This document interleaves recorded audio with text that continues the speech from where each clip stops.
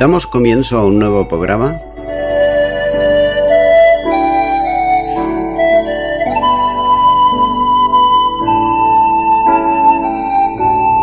Servidores de Dios.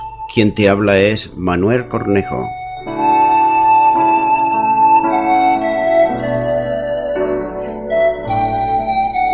Este es un programa que está respaldado por la Iglesia Evangélica Misión Evangélica de Cataluña.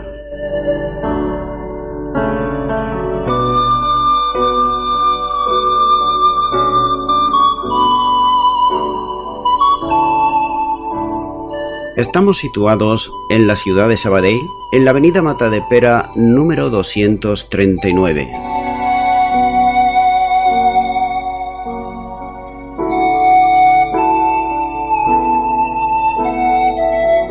Antes de dar introducción a la palabra de Dios, estaremos poniendo una alabanza.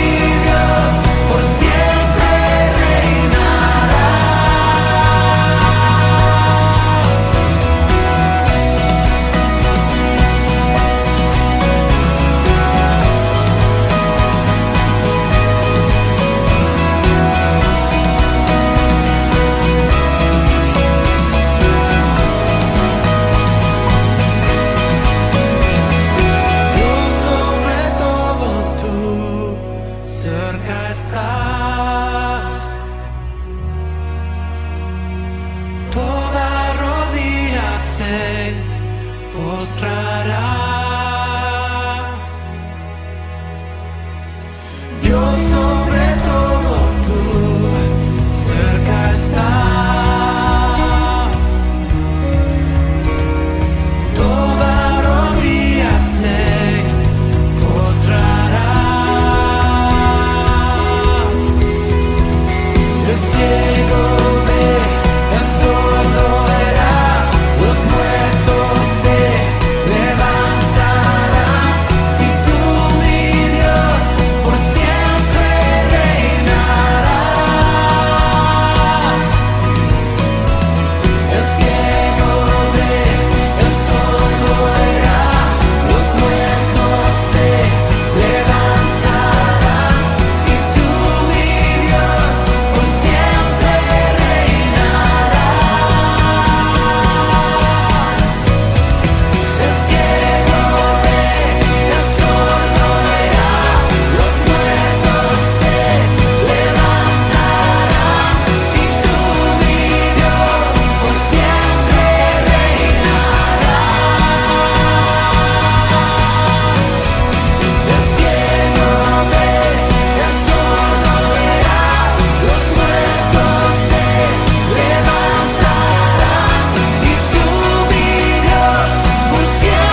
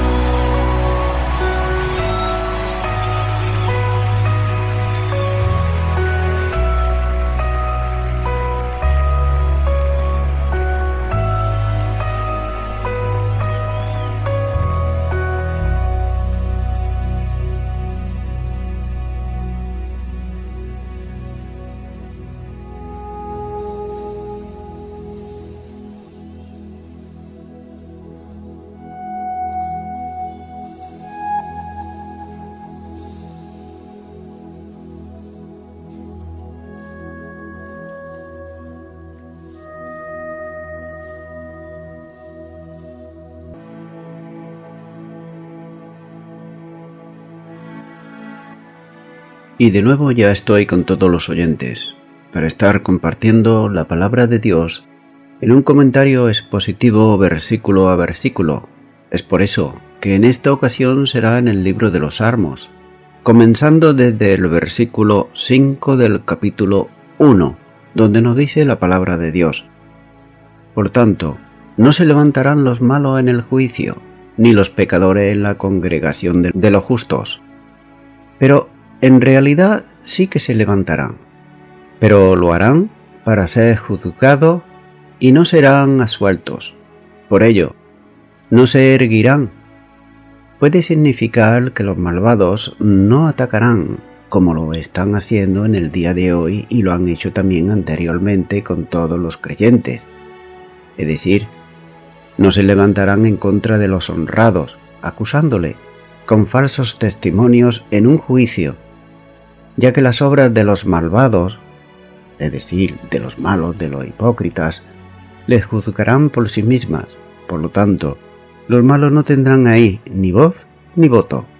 En realidad, ya han sido condenados, como nos muestra la misma palabra de Dios en el Evangelio de Juan capítulo 3 versículo 18, donde dice: el que en él cree no es condenado, pero el que no cree ya ha sido condenado, porque no ha creído en el nombre del unigénito Hijo de Dios.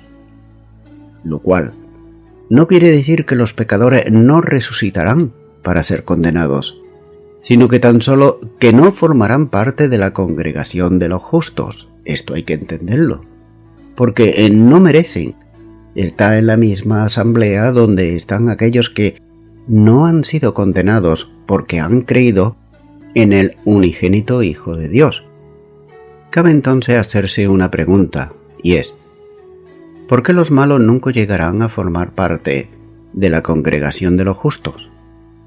Sencillamente porque ambos van por caminos distintos. Por un lado, los justos siguen el camino de Dios, pero los malos siguen su propio camino de impiedad e injusticia. Así que toda la Iglesia tiene muy bien camuflado, aunque nos parezca extraño, un demonio que trata siempre de introducir la cizaña, que todos sabemos que crece con el trigo, pero que tiene la apariencia de trigo, pero en realidad no lleva ningún fruto, es decir, solamente tiene apariencia y nada más. De la misma manera, los malos, los hipócritas, se mezclan con los buenos, o dicho de otra manera, los pecadores se mezclan con los santos. Lo mismo que la escoria se mezcla con el oro. Por tanto, los pecadores no podrán vivir en el cielo. ¿Por qué? Porque sencillamente estarían fuera de su elemento natural de ellos. Sería más fácil, por ejemplo, que un pez viviera fuera del agua, o que un pecador viviera en el paraíso. Pero aún, suponiendo, repito, suponiendo que pudiera entrar, para el pecador sería para él mismo un infierno estar en el paraíso. Pero, repito, esto es solamente una mera suposición, y no debe de preocuparnos, ya que para entrar en el reino de Dios, primeramente hay que nacer del Espíritu, y el impío, el injusto y el hipócrita no ha nacido del Espíritu. Continúo con este último versículo del capítulo 1, donde dice la palabra de Dios: porque Jehová conoce el camino de los justos, mas la senda de los malos perecerá.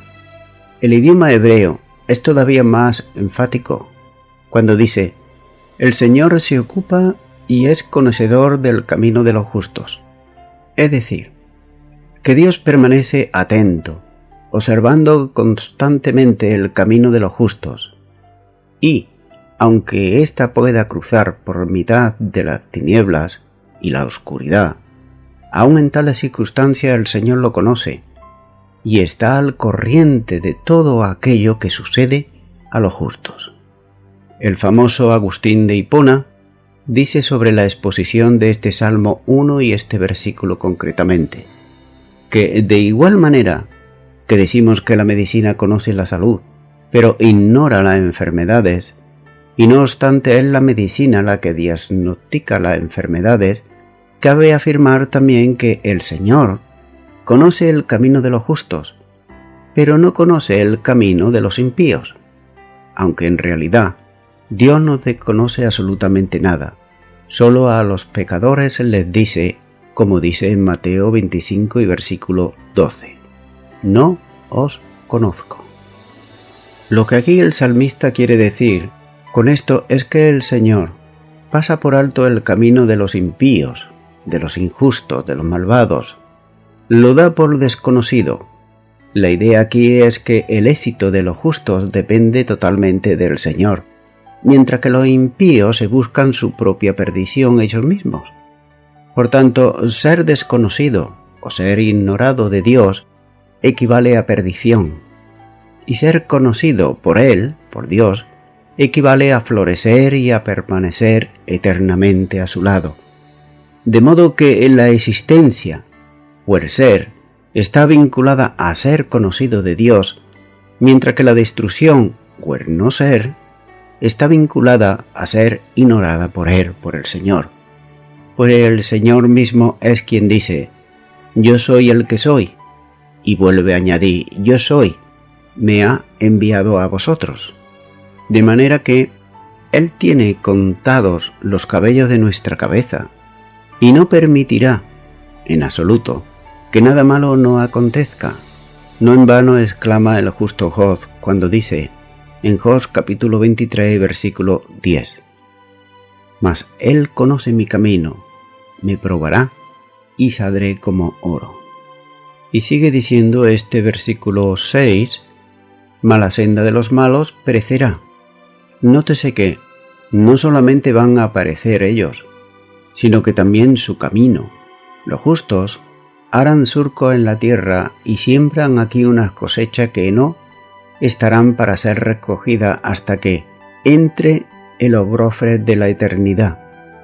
Pero los malos, por su parte, harán sobre el mar, y aunque puede parecer que detrás de sus quillas dejan un rastro brillante, muy bonito y muy atrayente, muy pronto serán barridos por las olas, y en el lugar por donde han pasado se olvidarán de ellos para siempre. Pues incluso el camino mismo de los impíos perecerá. Si algún recorrido queda de él, será de un recuerdo malo, digno de no ser recordado en absoluto, porque el Señor hará que el nombre de los impíos se pudre para convertirse en hedor en la nariz de los buenos, y para que su camino sea conocido únicamente por ellos mismos a causa de su propia putrefacción. De manera que quiera el Señor limpiar nuestros corazones y nuestro camino, para que podamos escapar de la condenación de los impíos y también disfrutar de la bienaventuranza de los justos, como muestra este capítulo 1 de los Salmos, en el contraste tan grande que hay entre el bienaventurado y los malvados. Continúo ahora ya con el Salmo 2. Este salmo es el salmo conocido como el Salmo del Mesías Príncipe. La mayoría de los padres de la Iglesia coinciden en afirmar que el Salmo 2 y el Salmo 1 forman parte de un mismo bloque, como ya comenté en la introducción del Salmo 1. Así que no haré más referencia en cuanto a esto y comenzamos con el versículo 1, donde nos dice: ¿Por qué se amotinan las gentes y los pueblos piensan cosas vanas? Nótese al comenzar este Salmo 2 que en los 3 primeros versículos de este Salmo describen el odio de la naturaleza humana hacia el Cristo de Dios. Sobre el mismo no cabe mejor comentario que el cántico apostólico que nos muestra en el libro de los Hechos capítulo 4 versículo 27 y 28, donde nos dice: porque verdaderamente se unieron en esta ciudad contra tu santo Hijo, Jesús, a quien ungiste, Herodes y Poncio Pilato, con los gentiles y el pueblo de Israel, para hacer cuanto tu mano y tu consejo habían antes determinado que sucediera. Así que comienza este versículo 1 diciendo: se amotinan. La palabra griega que el apóstol Pablo utiliza para citar este texto denota orgullo, inquietud, deriva del resoplar o relinchar de los caballos que se muestran inquietos y también agresivos antes de lanzarse a la batalla. Pero nótese que el salmo comienza abruptamente con una interrogante en cierta manera airada y dice: ¿por qué? y con toda razón. No hay para menos que asombrarse ante la visión de las criaturas, adoptando una actitud hostil frente a su Creador. Qué ignorancia más grande, ¿verdad? Rebelarse en contra de su Creador. Algo que deja atónito al salmista. Así que vemos a los incrédulos amotinándose, rugiendo como el mar, paldeándose con rabia de un lado hacia otro como las olas enfurecidas del océano cuando están en plena tormenta. Así cabe imaginar a las gentes que piensan cosas vanas contra Dios y además lo hacen en su corazón, aparte de expresarlo con su boca. Porque donde hay rabia, por lo general, suele haber también necedad, y en este caso hay necedad y la hay en mucha abundancia. Sigue diciendo este versículo 1, cosas vanas. Diocleciano fue un emperador romano entre los años 284 al 305 después de Cristo, y él acuñó una moneda que todavía se conserva con la inscripción: los cristianos han sido borrados de la tierra. Y en España, aún un monumento romano erigido en el pasado con la inscripción siguiente dice: a Diocleciano, por haber extendido el imperio romano en el este y en el oeste, y por haber extinguido el nombre de los cristianos, que trajo la ruina a la república. Otra inscripción dice: por haber adoptado a Galerio en el este, por haber abolido por todas partes la superstición de Cristo, por haber extendido el culto a los dioses. Como tan acertadamente observa un famoso escritor, se trata de un monumento erigido por el paganismo sobre la tumba de su enemigo vencido. Pero el pueblo que lo levantó no consiguió con ello más que cosas buenas, pues en la época en la que lo construyó, precisamente, y salió esta moneda, es cuando, más que estar acabado el cristianismo, estaba al filo de su mayor victoria, más bien en los comienzos de su triunfo definitivo y permanente que al final de su existencia, ya que en el año 314 el emperador Constantino declaró el cristianismo como la religión del imperio. De modo que las piedras del monumento quedaron solas y además compuestas, guardando y conmemorando la tumba vacía de una víctima inexistente, como la urna en la que el Atra lavó sus lágrimas. ¿Pero quién es el Atra? Era un personaje central de la obra del mismo nombre del escritor Paul Sófocles. En una de sus escenas, el Atra llora ante una urna vacía en la que cree que descansan las cenizas de su padre, pero en realidad el padre no había muerto, y que haciéndose pasar el padre por un extranjero le trajo la urna que supuestamente contenía sus propias cenizas. Por tanto, ni en España ni en parte alguna del planeta puede identificarse la tumba del cristianismo, ya que simplemente porque esta tumba no existe, pues los vivos no tienen tumba. Continúa ahora con el versículo 2, donde sigue diciendo: se levantarán los reyes de la tierra y príncipes consultarán unidos. Nótese que el amotinamiento no surge de forma espontánea en el seno de los pueblos, sino que son sus dirigentes, sus reyes, sus políticos, quienes lo fomentan acusándoles, animándolos a la rebelión. En la antigüedad, y yo me atrevería a decir también en los días de hoy, con frecuencia, cuando algún gran monarca, mandatario o político había envejecido o estaba próximo a no ser tan agraciado como era al principio, y pensaban muchas veces que quizá ese rey, ese gobernante o ese político se le podía llamar un muerto político, o en otros casos es porque los reyes o los gobernantes tenían cierta edad y estaban próximos a la muerte. Por tanto, muchas veces sus enemigos o los pueblos que habían sido subyugados y sometidos por él, por el gobernante, por el rey o quizás por el político, se reunían para planear una rebelión conjunta. Esto ocurre también en los días de hoy, lo vemos en los políticos de tantos países y reyes, etc. En este caso, la rebelión es contra Dios y contra su ungido, lo que lleva a exclamar por boca del profeta Miqueas, en Miqueas 6:3: Pueblo mío, ¿qué te he hecho? ¿O en qué te he molestado?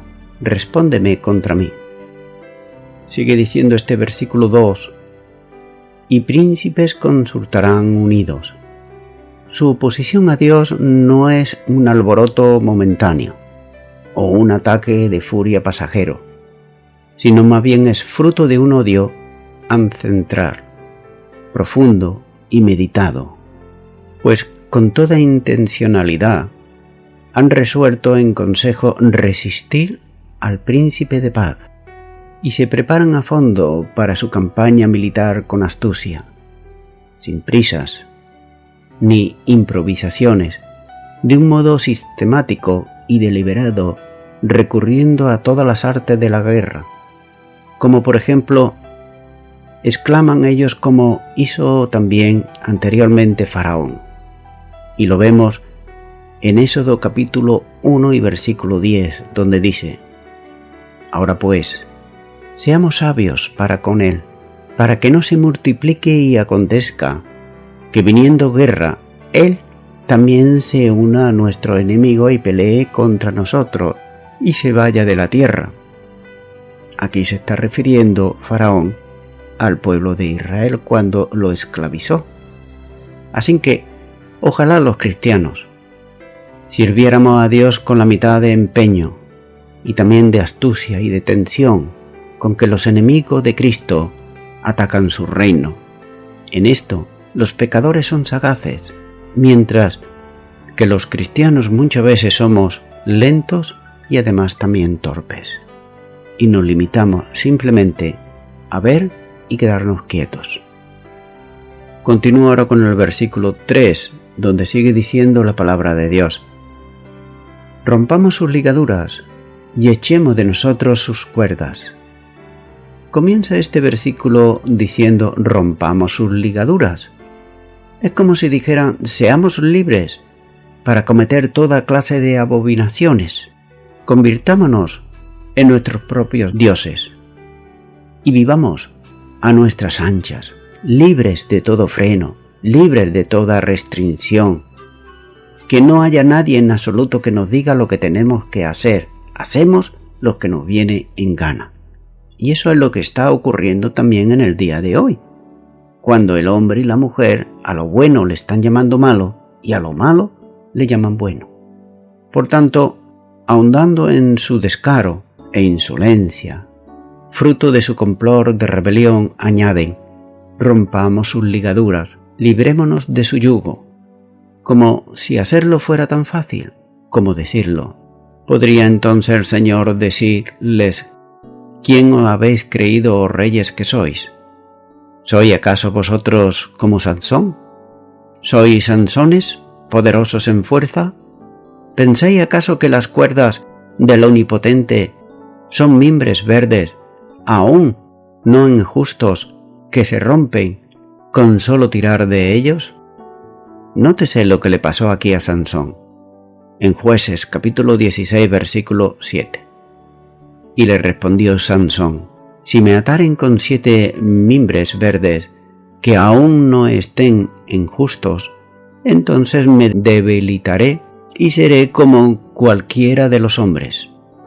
¿Podrán soñar, por ventura, que con un simple chequear de vuestros dedos podéis hacer pedazos los designios divinos y romper los mandatos de Dios omnipotente y quebrantar los decretos del Altísimo como si fueran estopa? Claro que no.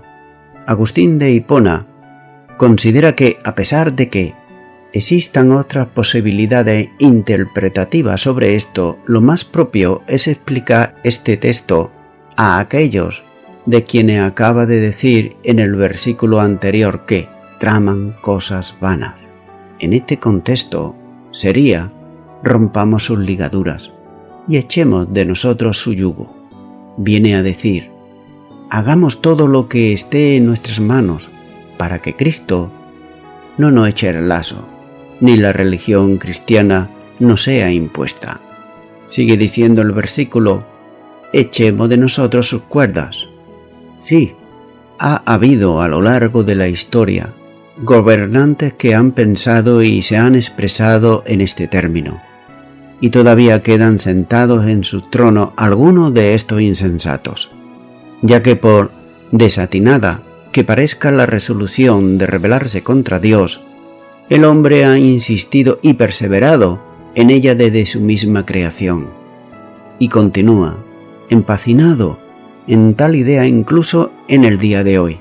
Pero el glorioso reinado del Señor Jesucristo, previsto para los últimos tiempos, no se ha establecido definitivamente todavía, sin que antes tenga lugar una lucha terrible que convulsione a todas las naciones, como dice en Malaquías 3, versículo 2, la tercera parte, donde dice: su venida será como fuego purificador y como jabón de lavadores. Por tanto, los terribles acontecimientos de los últimos días ilustran tanto el apego del mundo al pecado como el poder de Dios para entregar el reino a su unigénito Hijo. Por un lado, la humanidad rechaza sistemáticamente a su legalismo monarca y prefiere apegarse precisamente a todo lo contrario, es decir, a la influencia del usurpador. ¿Pero quién es el usurpador? Como dice en Juan capítulo 10, versículo 8, el Señor Jesús está diciendo: todos los que antes de mí vinieron, ladrones son y salteadores, pero no lo oyeron las ovejas. Es decir, que ese salteador, ese usurpador, es precisamente Satanás. Por tanto, para ellos, para aquellos que rechazan a Jesucristo, la servir sin la gracia es el yugo de Cristo, que para ellos es intolerable. Pero sin embargo, el mismo Señor Jesucristo dice que su yugo es fácil y ligero. Y esto podemos juzgarlo nosotros mismos, y por tanto debemos de reflexionar en cuanto a lo siguiente: ¿amamos a este yugo o procuramos apartarnos y echarlo lejos de nosotros? ¿Llevamos el yugo de Cristo o deseamos ir por nuestra propia cuenta, es decir, sin rendirle cuenta absolutamente a nadie, como hacen precisamente los malos, los impíos? Continúo con el versículo 4 de este capítulo 2 de los Salmos, donde dice: el que mora en los cielos se reirá, el Señor se burlará de ellos. Entonces, volvamos ahora nuestros ojos desde el salón del consejo y pacto de los malvados, y del rugido de la gente amotinada, al lugar secreto donde habita la majestad del Dios Altísimo. ¿Qué dice Dios? ¿Qué hará el Rey de Reyes con aquellos seres únicos que han rechazado a su unigénito y heredero de todas las cosas? ¿Qué diferencia tan sublime establece la dignidad reposada del Omnipotente frente a la conspiración de los reyes de la tierra y la furia desatada de los que se amotinan? ¿Qué pueden hacer? Ni siquiera el Señor se toma la molestia de plantearles cara y batalla contra ellos, porque conoce en lo absurdo, lo irracional y vano de su complot y también de sus maquinaciones contra él. Por tanto, el Señor se limita a reír y a burlarse de ellos. El Salmo 37, versículo 13 dice: el Señor se reirá de él, porque ve que viene su día. Voy concluyendo ya con esto. Nunca debemos juzgar la manera de obrar de Dios, hasta que finalice totalmente la representación y bajo el telón de los últimos actos. Pues la situación, en apariencia, más reversible y desesperada, puede cambiar en pocos instantes y además transformarse repentinamente lo que era malo, lo que era oscuro, en una bendición. Para ello basta con una simple sonrisa del cielo. Fijémonos en esto. Dios permitió que su templo fuera saqueado, que fueran profanados los vasos sagrados y que los impíos se emborracharan bebiendo de ellos. Y no hizo absolutamente nada para impedirlo. Se limitó a reír. Pero, ¿acaso esa risa de Dios no hizo temblar y palidecer a Belsasar cuando vio el mensaje escrito en la pared? Como nos dice Daniel capítulo 5 y versículo 6, donde dice: Entonces el rey palideció y sus pensamientos lo turbaron, y se debilitaron sus lomos, y sus rodillas daban una contra la otra. Amigo y amiga oyente, un refrán suele decir: el que ríe último, ríe mejor. Este refrán lo suele decir y aplicar aquellos que suelen tener paciencia y fe, y durante su etapa en la vida en la tierra suelen decir esto. Ellos tienen fe, pero fe en sus obras y en lo que ellos hacen en sus negocios, etc. Pero casi nunca se aplica este refrán, por ejemplo, a las cosas eternas, ya que el triunfo de su vida en la tierra muchas veces es simplemente comer, fiestas y trabajar lo menos posible y pasárselo bien. A esto le aplica el mundo el refrán de el que ríe último, ríe mejor. Sin embargo, lo último del hombre no es solamente esto, el vivir unos días aquí en la tierra. Y la reflexión es que se rían aquí en la tierra, pero ¿podrán reírse en el cielo? Solo Jesucristo, a través de su obra expiatoria, que llevó a cabo en la cruz del Calvario, a favor de todo aquel y toda aquella que se arrepiente y le acepta en su corazón como Señor y Salvador, podrá entrar en el reino de Dios. Por tanto, mi amigo y mi amiga oyente, te animo a que en esta hora y en este momento ores conmigo para recibir a Jesucristo en tu corazón como tu Señor y tu Salvador. Ora conmigo ahí a donde estás y repite: Señor Jesús, te pido perdón por todos mis pecados. Hasta ahora he hecho mi propia justicia. He seguido mi propio camino. Nunca te he hecho caso. Pero ahora, al escuchar tu palabra, sé que un día tendré que rendir cuentas por las obras que he hecho aquí en la tierra. Por eso, ahora, en este momento, te recibo como mi Señor y mi Salvador, y me arrepiento de todas las obras malas que haya hecho, y te pido perdón en el nombre de Jesús. Amén. Amigo y amiga oyente, si tú has hecho esta oración de todo tu corazón, te recomiendo que comiences en primer lugar a orar a Dios en el nombre de Jesucristo. Orar a Dios no es rezar, sino que es hablar con una persona. También te recomiendo que leas la palabra de Dios. Comienza por los evangelios si no lo has hecho nunca. Y también te recomiendo que para que puedas crecer espiritualmente, te congregues en una iglesia cristiana evangélica donde se predique, se enseñe y se practique la sana doctrina y la palabra de Dios. Congrégate ahí y con el tiempo crecerás espiritualmente y podrás servir al Señor Jesucristo. Que Dios te bendiga. Y a toda la audiencia, nuevamente, ya me estoy despidiendo de todos ustedes y será hasta el próximo programa. Que Dios os bendiga a todos.